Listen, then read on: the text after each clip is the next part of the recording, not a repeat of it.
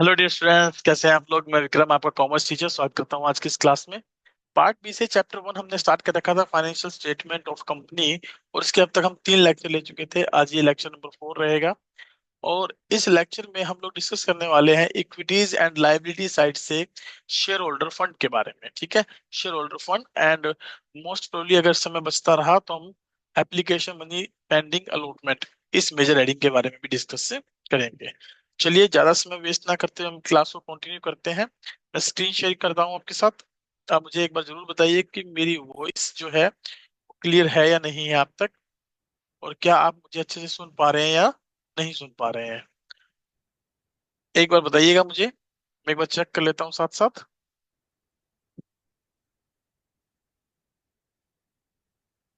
Hope so audio and video दोनों आपको clear होंगी, किसी प्रकार की कोई समस्या नहीं है।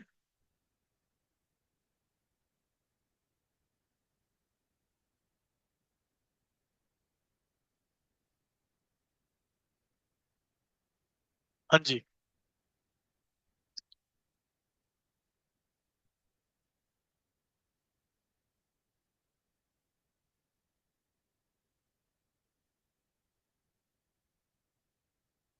Hello. Okay. Hope so it is clear, there is no doubt. चलिए, तो फिर कंटिन्यू करें क्लास को।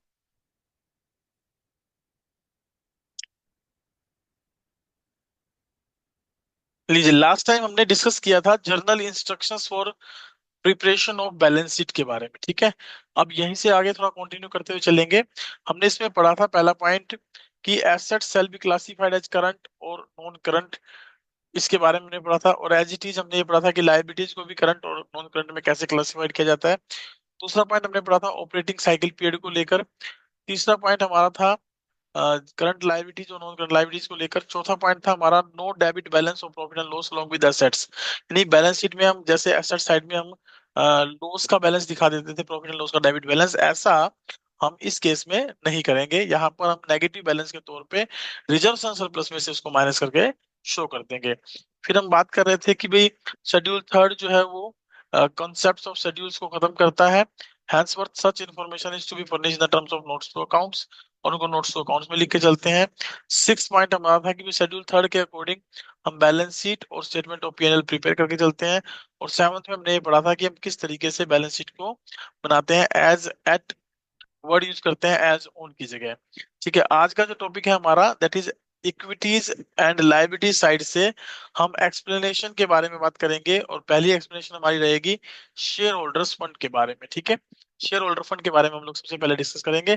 अब शेयर होल्डर फंड है क्या, इसके बारे में थोड़ी चर्चा करते हुए चलता हूं आपके साथ।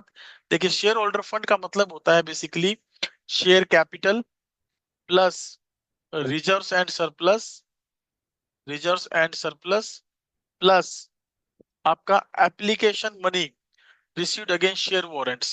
ठीक है, application money received against share warrants, application money received against share warrants. ये तीन हेडिंग्स को अगर हम जोड़ दें तो हमारा शेयर होल्डर्स फंड बन जाता है। लेकिन जो थर्ड वन सब हेडिंग है, ये हमारे सिलेबस में इवेल्युएशन के पर्पज से कहीं यूज नहीं होने वाली है। बस इसका आपको इतना पता होना चाहिए कि भाई जो शेयर होल्डर फंड है उसमें तीन सब हेडिंग होती हैं। पहली शेयर कैपिटल, दूसरी रिजर्व एंड सरप्लस, तीसरी application money received against share warrants. क्योंकि क्वेश्चन पेपर में जब क्वेश्चन आएगा तो वो आपसे मेजर हेडिंग सब हेडिंग्स के बारे में क्वेश्चन पूछेगा, और उस कंडीशन में आपको ये पॉइंट वहां पर दे सकता है। लेकिन प्रैक्टिकल क्वेश्चंस जैसे कि अगर हम चले आगे कंपैरेटिव स्टेटमेंट के अंदर, भाई इससे नेक्स्ट जो चैप्टर हम डिस्कस करेंगे कंपैरेटिव स्टेटमेंट का, या कॉमन साइज स्टेटमेंट का, या फिर जो है रेशोज एनालिसिस का, या फिर कैश फ्लो स्टेटमेंट का, उनमें कहीं पर भी हम इस थर्ड वन सब हेडिंग का यूटिलाइजेशन नहीं करेंगे। ठीक है, इवेल्युएशन, प्रैक्टिकल इवेल्युएशन इसका कहीं यूज नहीं होगा। तो सबसे पहली जो सब हेडिंग है जो दैट इज शेयर कैपिटल, उसके बारे में हम लोग चर्चा करेंगे। शेयर कैपिटल क्या होती है। देखिए, शेयर कैपिटल का मतलब होता है the money collected by the company by issue of shares. यदि कंपनी शेयर इशू करके जो भी पैसा कलेक्ट करती है उसे हम शेयर कैपिटल बोलते हैं। और शेयर कैपिटल बेसिकली दो सोर्स से कलेक्ट की जा सकती है, एक प्रेफरेंस शेयर से और दूसरा इक्विटी शेयर से। ठीक है, प्रेफरेंस शेयर से और इक्विटी शेयर से हम पैसा कलेक्ट कर सकते हैं। शेयर कैपिटल को हमने as per the presentation 6 parts में डिवाइड किया है। 6 पार्ट्स कौन कौन से हैं? पहला पार्ट है हमारा ऑथराइज कैपिटल का, ठीक है, ऑथराइज शेयर कैपिटल। दूसरा है हमारा issued share capital, issued share capital. तीसरा पार्ट है हमारा subscribed share capital, subscribed share capital. Fourth one है called up capital, called up share capital. And fifth one है paid up share capital, paid up share capital. And sixth one है हमारा reserve capital. ठीक है, reserve capital. इस तरीके से हमने कैपिटल को 6 हिस्सों में बांटा है, जिनमें से रिजर्व कैपिटल को हम बैलेंस शीट में शो नहीं करते हैं, इसको सेपरेटली फुट नोट पर ही शो करके चलते हैं, फुट नोट पर। ये केवल और केवल वाइंडिंग अप के वक्त मंगाई जाती है, जब कंपनी समाप्त होती है उस वक्त हम इस कैपिटल को होल्ड अप करते हैं। और किसके लिए करते हैं? For the payment of creditors, जो क्रेडिटर्स होते हैं उनकी पेमेंट के लिए हम इसका यूटिलाइजेशन करते हैं। ठीक है, तो share capital some of the important items to be shown, हम इसमें कौन कौन से एलिमेंट दिखा के चलते हैं। तो पहली बात तो आपको मैंने बता दी कि जो ऑथराइज्ड है, इशूड है, इनको तो हम as a notes to account में शो करते हैं। सब्सक्राइब्ड कैपिटल का जो हिस्सा है that is to be shown in the balance sheet, इसको हम बैलेंस शीट में लेकर चलते हैं। और इसको भी हम फर्दर ऑन दो हिस्सों में बांट लेते हैं। वो दो हिस्से कौन कौन से हैं? एक तो है subscribed and fully paid up, subscribed and fully paid up capital. ठीक है, दूसरा है subscribed but not fully paid up capital, but not fully paid up capital. ये दो हिस्से हमारे पास बेसिकली हैं, जिनको मिलाकर हम जो कैपिटल बैलेंस शीट में प्रेजेंट करते हैं। और इसी में हमारी जो कॉल्ड अप और पेड अप कैपिटल इंक्लूड हो जाती है, रिजर्व कैपिटल बैलेंस शीट में आती नहीं है। ठीक है, तो इसके अलावा कुछ और एलिमेंट भी हमें गिवन है, आइए उनको भी एक बार पढ़ लेते हैं। सबसे पहला पॉइंट दिया है number and amount of shares authorise. जैसे कि मैंने आपको बताया, इसको नोट नंबर में हम लोग शो करके चलेंगे और बस इसका कोई अदर अदर पर्पज नहीं है। Then thereafter share issued, subscribe, fully paid up and subscribe but not fully paid up capital. ये सारा का सारा पार्टिकुलरली अमाउंट जो है उनमें से जो इशूड शेयर है वो नोट नंबर में आ जाएंगे हमारे, और नोट नंबर में इनकी भी कैलकुलेशन की जाएगी। लेकिन subscribed, fully paid up and subscribe but not fully paid up दोनों को प्लस करते हुए हम बैलेंस शीट में प्रेजेंट कर देंगे। थर्ड वन, पार वैल्यू पर शेयर, शेयर्स की जो है फेस वैल्यू पर हम इसे प्रेजेंट करते हैं। पार वैल्यू का मतलब है फेस वैल्यू पे प्रेजेंट करते हैं। प्रीमियम पर अगर शेयर इशू किया है, प्रीमियम पर अगर शेयर इशू किया है तो वो प्रीमियम का जो पैसा है that will be representing under the reserves and surplus heading, हम उसको बैलेंस शीट में शेयर कैपिटल के अंदर शो नहीं करते हैं। ठीक है, प्रीमियम का पैसा। डिस्काउंट पर जो है हम शेयर्स को इशू ही नहीं करते हैं, हमें पता है डिस्काउंट पर शेयर इशू नहीं किए जाते अंडर सेक्शन 53। सेक्शन 53 के अकॉर्डिंग हम शेयर्स को डिस्काउंट पे इशू नहीं कर सकते हैं, एक्सेप्ट, छोड़कर। कौन से डिवेंचर शेयर्स को छोड़कर? Sweat equity share, sweat equity share, इनको हम डिस्काउंट पे इशू कर सकते हैं अंडर सेक्शन 54। अदरवाइज किसी और प्रकार के शेयर को हम डिस्काउंट पे इशू नहीं करते हैं। चलिए आगे चलते हैं। फोर्थ वन पॉइंट है a reconciliation of number of shares outstanding at the beginning and at the end of reporting period. अगर किसी प्रकार का हमने शेयर्स के अमाउंट्स में, शेयर्स के नंबर्स में बदलाव किया है, तो उनका बिगिनिंग का बैलेंस और एंड के बैलेंस पर जो रिपोर्टिंग पीरियड है उनके बीच में जो रिकॉन्सिलेशन हुआ है उस बैलेंस को हम यहाँ शो करके चलते हैं। Shares in the company held by each share holder holding more than 5% shares, specifying the number of shares held. यदि 5% से ज्यादा कोई भी व्यक्ति शेयर्स को होल्ड किए हुए तो उन शेयर्स की प्रेजेंटेशन यहाँ होती है। And for the period of 5 years immediately preceding the date at which the balance sheet is prepared. ठीक है, ये सारा का सारा पैसा हम जो बेसिकली दिखा के चलते हैं हमारे यहाँ पर। सिक्स पॉइंट, फिफ्थ पॉइंट और ये जो है फोर्थ पॉइंट, इसको हम बेसिकली इंक्लूड नहीं करेंगे अपने सिलेबस के व्यू पॉइंट से। बस आपको तीन बातों का ध्यान रखना है कि तीन बातों में जितने भी शेयर्स हमने इशू किए हैं वो फेस वैल्यू पर शो किए जाते हैं। उसके बाद नेक्स्ट पॉइंट हमारे पास aggregate number and class of shares allotted as fully paid up for the consideration other than cash. अगर मान लीजिए जो शेयर आपने पब्लिक को इशू किया और वही शेयर आपने other than cash consideration, other than cash consideration का मतलब होता है किसी से आपने कोई एसेट्स खरीदी है या किसी प्रकार का उसका कोई बिजनेस परचेज किया है, तो उसके बदले में अगर आपने शेयर्स दिए हैं तो वो भी हमारे शेयर कैपिटल का ही पार्ट बन जाएंगे, शेयर होल्डर फंड में शेयर कैपिटल में आएंगे। For example, share issued for purchase of assets और सर्विसेज टेकन और for underwriting commission, that is the part of other than cash consideration. या तो किसी से एसेट्स ली हो, या सर्विसेज दी ली हो, या हमने किसी को कोई कमीशन पेड करना है, तो उन सब के बदले में मैं किसी को क्या दे रहा हूँ, शेयर्स दे रहा हूँ। तो उनको हम बेसिकली यहाँ पर प्रेजेंट करके चलेंगे। Then thereafter, aggregate number and class of shares allotted as fully paid up by way of bonus shares. अगर किसी प्रकार के कोई बोनस शेयर भी आपने इशू किए हैं तो उनको भी आप शेयर कैपिटल में बेसिकली प्रेजेंट करके चलते हैं। As well as number, aggregate number and class of shares bought back. अगर आपने कोई शेयर्स बाय बैक कर लिए हैं तो उन शेयर्स को भी आप बेसिकली यहाँ पर प्रेजेंट करके चलेंगे। ठीक है। नेक्स्ट पॉइंट है हमारे पास कॉल्स अनपेड। अगर एरियर है किसी जगह तो उसको आप लेस करेंगे। ठीक है। और कॉल्स इन एरियर है तो उसको आप क्या करेंगे, लेस करेंगे subscribed capital but not fully paid up capital से। एंड फॉरफिटेड शेयर का अगर बैलेंस है तो उसे आप प्लस करके चलेंगे subscribed but not fully paid up capital के अंदर। ठीक है। तो कैसे इस बैलेंस पूरी कैपिटल को बैलेंस शीट में प्रेजेंट करते हैं ये देखते हैं। ये हमारा डिस्क्लोजर ऑफ शेयर कैपिटल है in balance sheet limited to the following. Name of company हम यहाँ पर मेंशन करते हैं, balance sheet as an extract as at ये बनाई जाती है 31 मार्च को, ये बेसिकली बनती है कंपनी के अकॉर्डिंग। और ईयर जो भी हमें दे रखा हो वो हम यहाँ पर मेंशन कर लेंगे। ठीक है। Particulars, note number, figures as at the end of current reporting period and figures at at the end of previous reporting period. और इसमें हमारे पास जो क्या बन जाएगी, इक्विटीज एंड लाइबिलिटीज जो है मेजर हेडिंग बन जाएगी, और उसमें सब हेडिंग हमारी क्या आ जाएगी, शेयर होल्डर्स फंड। ठीक है। इक्विटीज एंड मेजर लाइबिलिटीज जो है वो हमारी क्या है, साइड है, वो क्या है, हमारी साइड है। और मेजर हेडिंग क्या रहेगी हमारी, शेयर होल्डर्स फंड। और इसमें सब हेडिंग हमारी क्या आ जाएगी, दैट इज शेयर कैपिटल। अब शेयर कैपिटल को प्रेजेंट करने के लिए हमें क्या लिखना पड़ेगा, नोट नंबर। और वो नोट नंबर कैसे प्रेजेंट किया जाएगा उसके बारे में देखिए। नोट नंबर को बनाने के लिए हमें सबसे पहले चाहिए क्या, शेयर कैपिटल के लिए ऑथराइज कैपिटल, इसमें हम जितने भी नंबर ऑफ शेयर्स हैं रुपीज जितना, उसको प्रेजेंट करके यहाँ पर, और बेसिकली क्या कर लेते हैं, यहाँ पर प्रेजेंट करके और डबल लाइन उसके लगा देते हैं। ठीक है। फिर हम उसके बाद क्या लिखते हैं, इशूड कैपिटल। इशूड कैपिटल को भी हम कैसे प्रेजेंट करते हैं, same number of shares of rupees 100 each, और यहाँ पर इशूड कैपिटल का अमाउंट लिखेंगे और उसको भी डबल लाइन करके आगे चलेंगे। एंड सब्सक्राइब टू कैपिटल की जब नंबर आएगा हमारा, जिसको हमें की बैलेंस शीट में ले जाना है, प्रेजेंट करना है, तो उसमें दो प्रकार की कैपिटल आएगी, subscribed and fully paid up. Subscribe but not fully paid up, जितनी फुली पेड अप है उसको यहाँ लिखेंगे, और जितनी नॉट फुली पेड अप में जितने शेयर्स हैं और जितने रुपए का एक और मांग कितने रखे हैं वो अमाउंट तो यहाँ आ जाएगी, और लेस कर देंगे कॉल सिनेरियर एट द रेट जितने रुपए हमें नहीं मिले हैं। ठीक है। उनको लेस कर देंगे, जो अमाउंट बचेगी वो यहाँ पर आ जाएगी, और इन दोनों का जो प्लस होगा उसको हम यहाँ पर बाहर प्रेजेंट कर देंगे, जिसको कि बैलेंस शीट में ले जाया जाएगा। बताइए यहाँ तक कोई बात आपको समझ में नहीं आई है तो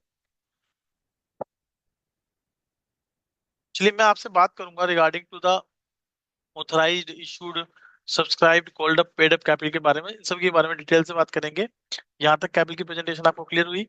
आइए, इक्विटी शेयर कैपिटल और प्रेफरेंस शेयर कैपिटल को देखिए, ध्यान रखिएगा, अगर है तो अलग अलग दिखाई जाएंगी, और जो भी आइटम्स यूज होंगे इस कनेक्शन में for the presentation of share capital of a company वो इस प्रकार से है, उनको हम इस तरीके से समझेंगे। पहला पॉइंट हमारे सामने है, that is authorised capital. Now what is authorised capital, इसके बारे में अगर आपसे बात करूं, देखिए ऑथराइज्ड कैपिटल का मतलब होता है that capital which is stated in the MOA, जो कि किसमें बताई गई है आपको, मेमोरेंडम ऑफ एसोसिएशन में बताई गई है। किसमें, मेमोरेंडम ऑफ एसोसिएशन में। इसके अंदर ये बताया गया है कि ये कंपनी अपने जीवन काल में मैक्सिमम जो कैपिटल है इतनी ही कैपिटल जो ऑथराइज्ड है टू इशू वो कर सकती है, और ड्यूरिंग द लाइफ टाइम इससे ज्यादा के शेयर वो कंपनी इशू नहीं कर सकती है। And amount of authorised capital is disclose for the information only, और इसको बैलेंस शीट में केवल, सॉरी, बैलेंस शीट में केवल हम क्या करते हैं, डिस्क्लोज करते हैं इन्फॉर्मेशन देने के लिए कि हमारे पास इतनी ऑथराइज्ड कैपिटल है, इसको बैलेंस शीट के टोटल में ऐड नहीं करते हैं। ठीक है। देन उसके बाद दूसरा पॉइंट है हमारे पास इशूड शेयर कैपिटल। ये क्या होता है, जो ऑथराइज्ड कैपिटल होता है उसका हिस्सा। Issued capital is the part of authorised capital which is actually offered और invited to the public for subscription, जो कि हमने आम जनता को इशू कर दिया कि आइए और हमारे शेयर्स को परचेज करिए। The remaining part of the authorised capital is known as unissued capital. जो हिस्सा हम इशू नहीं करते हैं ऑथराइज कैपिटल का, उसको क्या बोलते हैं? Unissued capital, which can be issued later on, जिसको बाद में कभी इशू किया जा सकता है। It may be noted that issued capital can be equal to or less than authorise capital.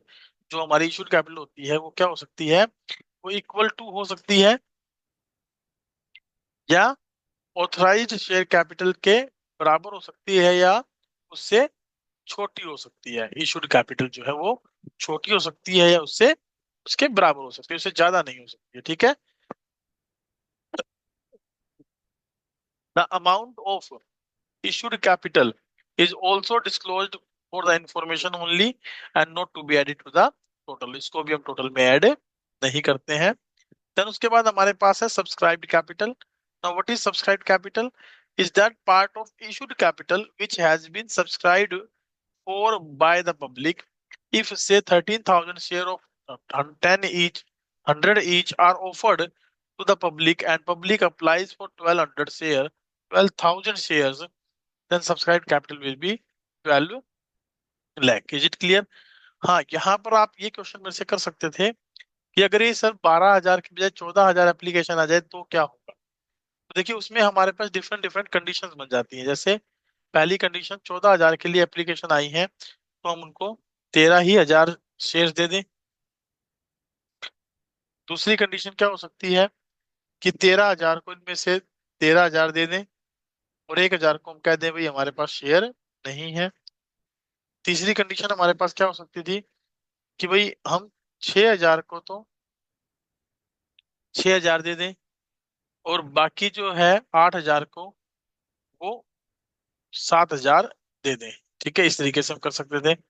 या फिर हम ये भी कर सकते थे कि भाई 6,000 को 6,000 दे दो। ठीक है, और उसके अलावा हमारे पास बचे कितने? 7,000। यहाँ पर कर लीजिए 4,000 को 7,000 को आपने दे दिए 6,000 और बाकी 6,000 को हम थोड़े से हमने गड़बड़ कर दी शायद, है ना? यहाँ कर लेते हैं 4 कर देते हैं। 7,000 को दे दिए हमने 4,000 और बाकी कितने बचे हमारे पास? 7,000। और उन 7,000 को हमने दे दिए कितने? रिमेनिंग के ये केस बना नहीं, सॉरी, थोड़ा सा इसको ठीक करते हैं। चलिए इसको मैं एक बार थोड़ा रीड्राफ्ट करता हूँ। इसको ऐसे कर सकते थे आप कि भाई 8,000 को तो दे दो आप 8,000 और बाकी कितने बचे? 5,000। इधर से 6,000, 6,000 को दे दो आप बचे हुए 5,000। ऐसा केस भी आप क्रिएट कर सकते थे। क्लियर? तो इस तरीके से हम इनको बना सकते थे। सब्सक्राइब्ड कैपिटल को बैलेंस शीट में दो हेडिंग्स के अंतर्गत दिखाया जाता है। दो हेडिंग्स कौन कौन सी हैं? Subscribed and fully paid up, subscribed but not fully paid up. अब यहाँ पर subscribed and fully paid up का क्या मतलब है? Subscribe but not fully paid up का क्या मतलब है, पहले उसको समझ लीजिए फिर आगे हम कंटिन्यू करते हैं। देखिए, एक शेयर की फेस वैल्यू, उसकी कॉल्ड अप वैल्यू और उसकी पेड अप वैल्यू, इन तीन पर हमें फोकस करना है। मान लीजिए एक शेयर की फेस वैल्यू 10 रुपए है, कॉल्ड अप भी 10 रुपए है और पेड अप भी 10 रुपए है। तो इस कंडीशन में तो मेरी कैपिटल कैसी हो जाएगी? Subscribed and fully called up and fully paid up. ठीक है, तो ये ए पार्ट के अंतर्गत हमारी कैपिटल आ जाएगी। अब वहीं पर दूसरा केस देखिए, अगर मेरे पास शेयर की फेस वैल्यू 10 रुपए है, कोल्ड अप वैल्यू भी 10 रुपए है, लेकिन लोगों ने केवल 9 रुपए ही पेड किए जो कि कोल्ड अप के बराबर नहीं हुए या कोल्ड अप से कम है। तो इस कंडीशन में जो 1 रुपया मुझे नहीं मिला उसकी वजह से ये सारी की सारी कैपिटल मेरी किस में आ जाएगी? Subscribe but not fully paid up में। इसका एक केस और भी बनाया जा सकता है। देखिए, 10 रुपए के में से मान लीजिए मैंने मांगे ही 9 रुपए और लोगों ने दिए 9 रुपए पूरे पूरे, तो जब मैं पूरे रुपए मांग ही नहीं रहा हूं तो भी वो किसका पार्ट बन जाएगा? मेरा subscribed but not fully paid up का पार्ट बन जाएगा, है ना? चौथा केस और देखिए एक बार, 10 रुपए का शेयर है, मैंने मांगे ही 9 रुपए और लोगों ने दिए उसमें से 8 रुपए। तो यहाँ पर तो चाहे मैंने जितने मांगे हों वो पूरे दे दे, कब? जब फुली कॉल्ड अप हो, तो आप subscribe and fully paid up में ले जाएंगे, अदरवाइज उसको subscribe but not fully paid up में ही रखेंगे। होप सो कि आपको ये जो चार बातें मैंने समझाने की कोशिश की है वो यहाँ पर क्लियर हो गई होंगी, कोई दिक्कत नहीं है इसमें किसी तरीके की। आइए अब इनको पढ़ भी लेते हैं, कोई समझ भी लेते हैं। Subscribed and fully paid up capital के बारे में क्या लिखा है? Share capital is shown as subscribed and fully paid up capital when both of the following conditions are fulfilled. जब दोनों की दोनों कंडीशन सेटिस्फाई होंगी तब ऐसा होगा। कौन कौन सी दो कंडीशन है? एक तो एंटायर नॉमिनल वैल्यू यानी फेस वैल्यू ऑफ शेयर हमने होल्ड कर ली हो। दूसरा, कंपनी ने सारी की सारी कॉल्ड अप अमाउंट यानी फेस वैल्यू जो पूरी मांगी थी उतना उतना पैसा कंपनी ने मांग लिया हो। ये पहले वाला केस आप समझ पा रहे हैं? इस वाले केस पर आप नजर डालिए। बताइए, क्या क्लियर है ये बात? अगर ये बात समझ में आ रही है तो मैं आगे चलूं।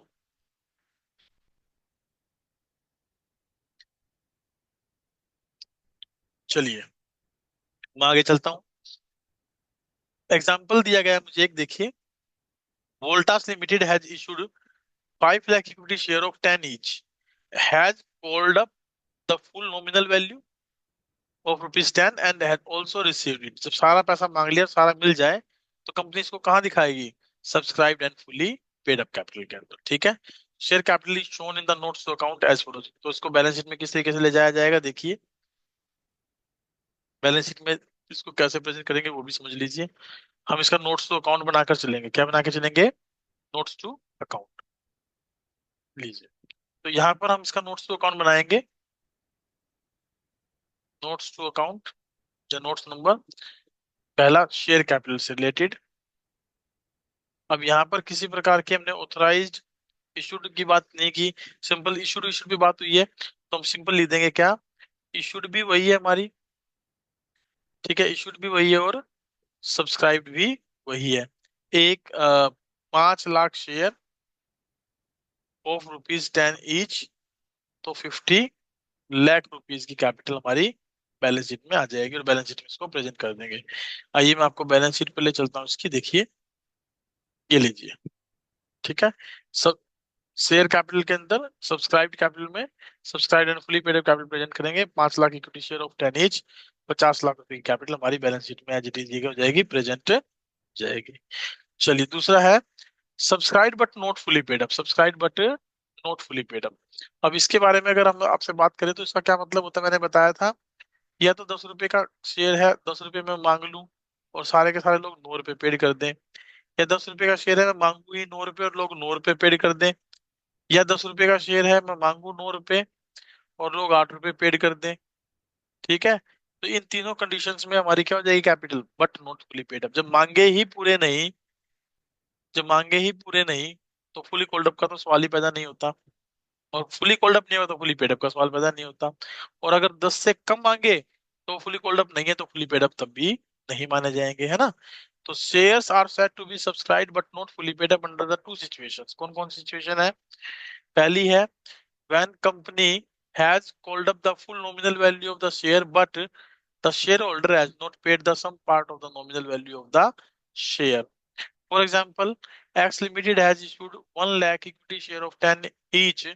It called up the full amount of nominal value of rupees 10, but duly received amount the called except final call of rupees 2 on 5,000 equity shares। अब देखिए, टोटल 1 लाख इशू किए। 1 लाख में से 5,000 पर हमें पैसा नहीं मिल रहा फाइनल कॉल का, तो 95 पे तो मिल रहा है ना। 95 गुना 10 तो सब्सक्राइब फुली पेड में आ जाएंगे।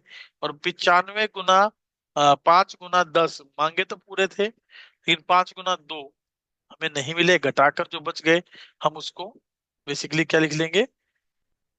शेयर कैपिटल में प्रेजेंट कर लेंगे। देखिए, 95,000 तो हमारे किस में आ गए? Subscribe and fully paid up में। और 5,000 पर क्योंकि मांगे 10 रुपए थे तो 50,000 बनते थे, और 5,000 पर 2 रुपए के हिसाब से 10 रुपए, 10,000 नहीं मिले, तो 40,000 का क्या रह गया हमारा जो पैसा हमें मिला। टोटल मिला 9,90,000 रुपए की कैपिटल हमारी बैलेंस शीट में प्रेजेंट हो जाएगी। दूसरा केस देखिए, when the company has not called up the full nominal value. जब कंपनी ने सारा पैसा मांगा ही नहीं, ठीक है, तो उसमें हमें सोचने की जरूरत ही नहीं है। फुली कॉल्ड अप तो किसी सूरत में भी नहीं होगी। जितने शेयर पर जितने रुपए मांगे उतने के हिसाब से ही हमारी कैपिटल बैलेंस शीट में क्या हो जाएगी? प्रेजेंट हो जाएगी। जैसे कि एग्जांपल दिया गया है कि टूल्स गदोट लिमिटेड, टूल्स लिमिटेड ने 2 लाख इक्विटी शेयर इशू किए, 10 रुपए का एक, जिस पर मांगे ही 8 रुपए। और इसको हम कहाँ दिखा देंगे? Subscribe but not fully paid up capital में, जब सारा पैसा हमें मिल जाएगा। बताइए, क्या यहाँ तक बात समझ में आ रही है? हैं? चलिए, share capital shown in the notes to account हम इस तरीके से करेंगे। A situation may arise that out of 2 lakh equity share, the shareholders holding 5,000 equity share has not paid the first call। ऐसी सिचुएशन भी हमने बताई थी कि भाई बेस वैल्यू 10 की, ठीक है, मांगे ही 9 रुपए, और उसमें से भी लोगों ने 8 रुपए दिए, 1 रुपया नहीं दिया, तो ये 3 रुपए फाइनल कॉल के नहीं दिए लोगों ने, 5,000 वालों ने। तो ऐसी सिचुएशन में कैसे प्रेजेंट करेंगे? इसको प्रेजेंट करने का वही तरीका रहेगा, subscribe but not fully paid up capital रहेगी। और इसको मैं यहीं पूरा कर देता हूँ। यहाँ पर हमारे पास क्या आ जाएगा? टोटल शेयर कितने हैं? 2 लाख। 2 लाख पर कोल्ड अप मनी कितनी है? मान लीजिए 8 रुपए। बननी थी कितनी? 16 लाख रुपए। और इसमें से भी क्या है? 5,000 पर मुझे 3 रुपए नहीं मिल रहे हैं, दैट इज कॉल सिनेरियर। 5,000 माइनस कर देंगे, 5,000 गुना 3 15,000, और जो पैसा बचा 15,85,000 रुपए, that will be presented into balance sheet. ठीक है, इसको हम क्या दिखा देंगे? बैलेंस शीट में दिखा देंगे इस तरीके से। बताइए यहाँ तक आपको बातें क्लियर हो रही है कि नहीं हो रही है? अगर यहाँ तक क्लियर है तो चलिए आगे चलते हैं। दो एडिशनल टर्म्स हम पढ़ लेते हैं जो मैंने आपको बताया था, कॉल्ड अप कैपिटल और पेड अप कैपिटल के बारे में। Referred in the case of share capital, the called up capital refers to the part of face value of the share called by directors from the share holders. For example, if directors calls at the rate of ₹60 per share on 12,000 share of ₹100 each, then 12,000 into 60, that is 7,20,000 will be called as called up capital, and the remaining amount of 40 per share will be called up uncalled up capital। उसे हम क्या कहेंगे? uncalled up capital। Clear है? The term paid up refers to that portion of called up capital which has been actually received from the shareholders। Usually the called up capital and paid up capital are the same, except that some shareholder may not have paid the amount of calls। जैसे कि अभी अभी हमने ऊपर किया, called up capital तो हमारी कितनी थी इसमें? 8 रुपए, और उस 8 में से भी एक व्यक्ति 3 रुपए नहीं दे रहा है। अगर दे देता तो कॉल्ड अप और पेड अप क्या होती? बराबर होती। लेकिन यहाँ पर ये दोनों बराबर नहीं है ना। चलिए आगे चलते हैं।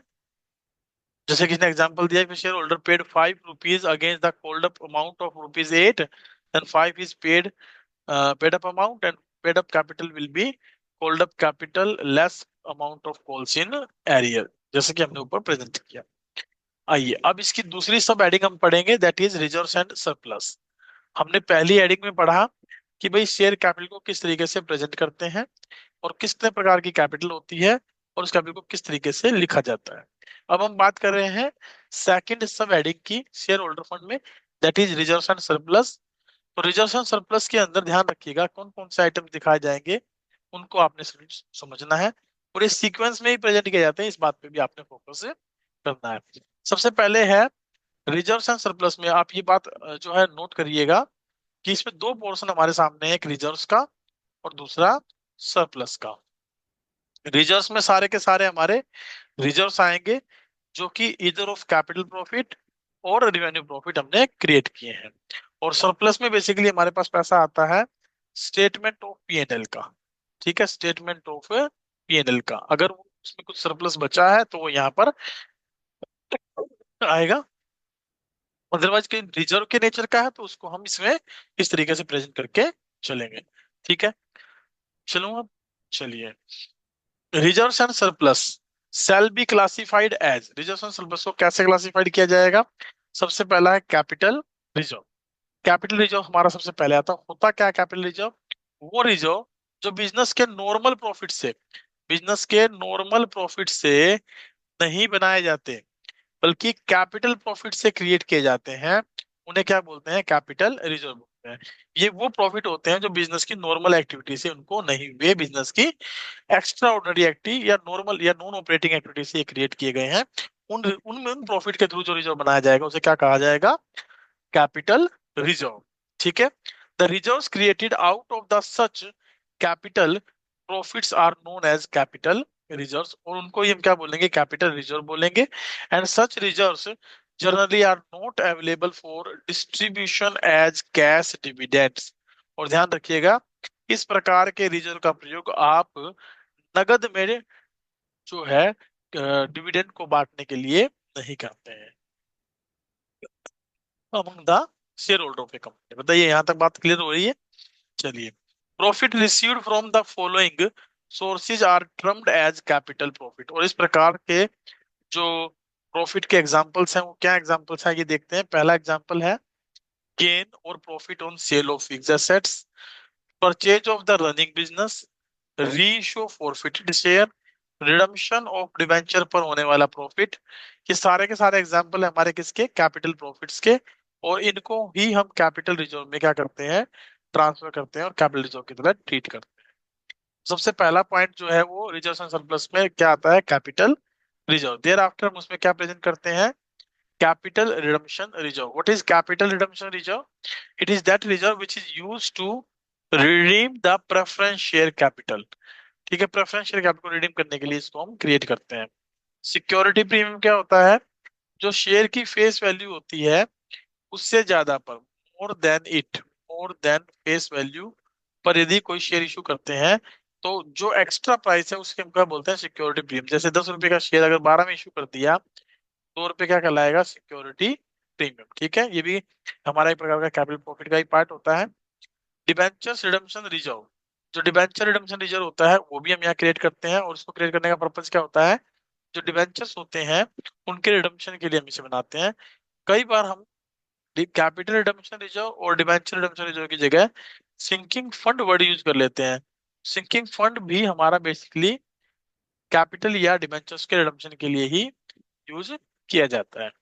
ठीक है, इसके अलावा हमारे पास क्या आता है, रिवैल्यूएशन रिजर्व। रिवैल्यूएशन रिजर्व क्या होता है, जो मार्केट में मेरी एसेट्स हैं और जो बुक में जो मेरी एसेट्स हैं उनके बीच का difference. It is reserve which is created by the upward revision upward revision of the book value of an asset. यानी मार्केट के अकॉर्डिंग उनको हम क्या करते हैं, अपडेट करते हैं। It can not be use for payment of dividend और इशूइंग बोनस शेयर। तो इसका प्रयोग हम बोनस शेयर में इशू करने के लिए या डिविडेंड बांटने के लिए नहीं करते हैं।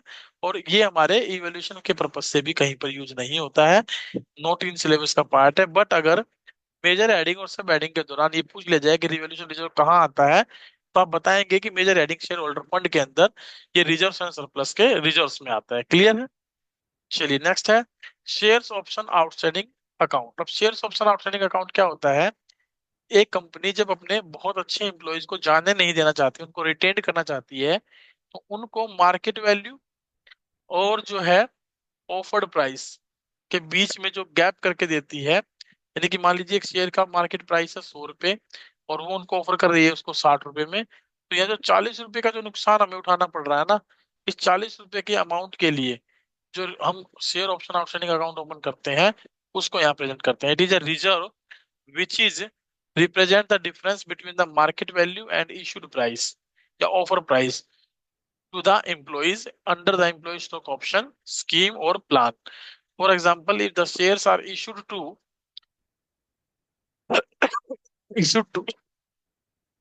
employees at 60 rupees per share, whereas market price is 100 per share, the difference is 40 should be credited to this reserve. इस 40 रुपए को हम इस रिजर्व में क्रेडिट करके चलेंगे। चलिए, अदर रिजर्व्स में हमारे पास जनरल रिजर्व ही आता है, केवल इसको हम शामिल करेंगे। Now the part is surplus. Surplus में हम क्या क्या शामिल करते हैं, balance in statement of profit and loss after appropriation such as dividend, bonus share, transfer to और फ्रॉम द रिजर्व्स एटसेट्रा। ये सब करने के बाद जो मेरे पास स्टेटमेंट ऑफ पीएनएल में बैलेंस बचता है उसको मैं यहाँ प्रेजेंट करता हूँ। और सरप्लस थर्ड, शेड्यूल थर्ड जो है, that does not provide for preparation of profit and loss appropriation account, कहता है इसके according profit and loss appropriation account बनाने की जरूरत नहीं है। This means the appropriation should be presented in notes to account. कहता है एप्रोप्रिएशन जो है वो नोट्स टू अकाउंट में ही आप प्रेजेंट करेंगे, वहीं पर आप इसको दिखाएंगे, अलग से सेपरेट अकाउंट बनाने की जरूरत नहीं है। A reserve specifically represented by the earmarked investment shall be termed as fund। जब किसी रिजर्व को हम कहीं इन्वेस्ट कर देते हैं तो उसे क्या बोलते हैं, फंड बोलते हैं। और ये इन्वेस्टमेंट कैसा होता है, ईयर मार्क का मतलब होता है कि इतने कम समय के लिए या इस प्रकार से इन्वेस्ट करते हैं कि विदाउट एनी लॉस हम इसको इजीली किस में कन्वर्ट कर सकें, कैश में कन्वर्ट कर सकें। Is it clear?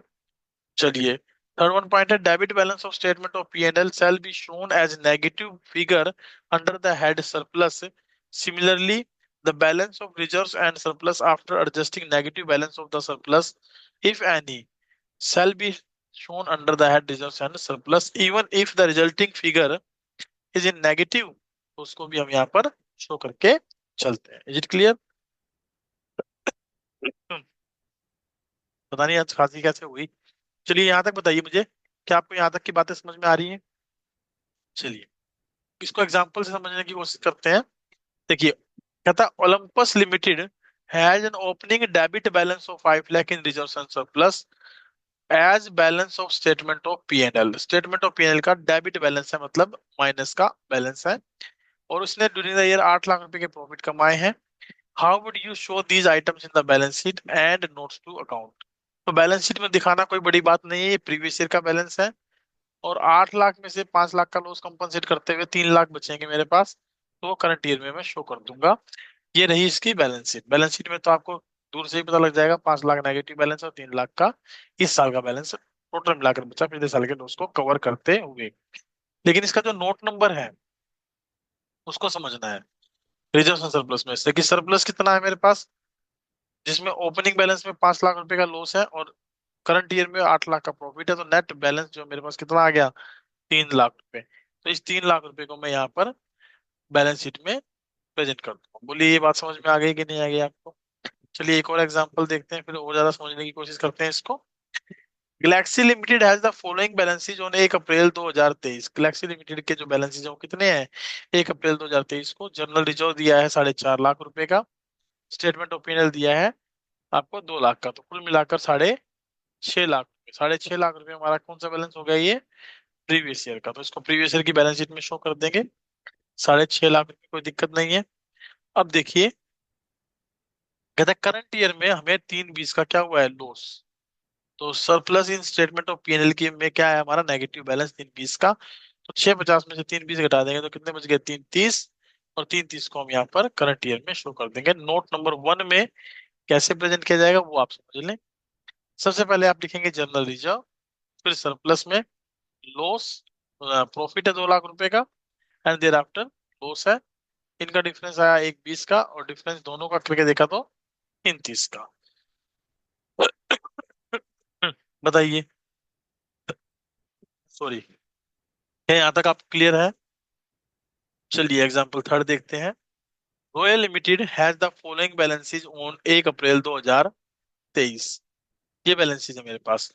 General reserve, security premium, statement of P&L, 2 lakh, 1 lakh, 7 lakh negative. ये सब ओपनिंग बैलेंस को अगर मैं चेक करूं तो मेरे पास 4 लाख रुपए का नेगेटिव बैलेंस बचता है, जिसको मैं प्रीवियस ईयर में शो करने वाला हूँ। ठीक है, और 31 मार्च 2024 को एक और लॉस हो गया मुझे 4.5 लाख रुपए का। तो टोटल मिलाकर 4 ये और 4.5 ये, तो 8.5 लाख रुपए का लॉस बन जाएगा, जिसको कि मैं बैलेंस शीट में करंट ईयर के अंदर शो करने वाला हूँ। तो आप एक बार फिगर प्रेजेंटेशन देख लें इनकी।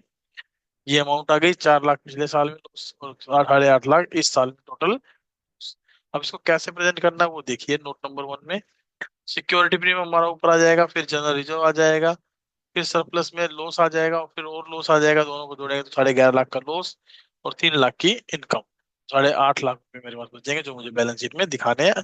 कैसे आएंगे डायरेक्ट मैं आपको बता चुका हूँ, लेकिन बैलेंस शीट में इस तरीके से प्रेजेंट किए जाएंगे। ठीक है, आइए नेक्स्ट है हमारी सब heading, money received against share warrants. Now what is share warrants? देखिए, शेयर सर्टिफिकेट की तरह ही हम एक वारंट्स इशू कर देते हैं।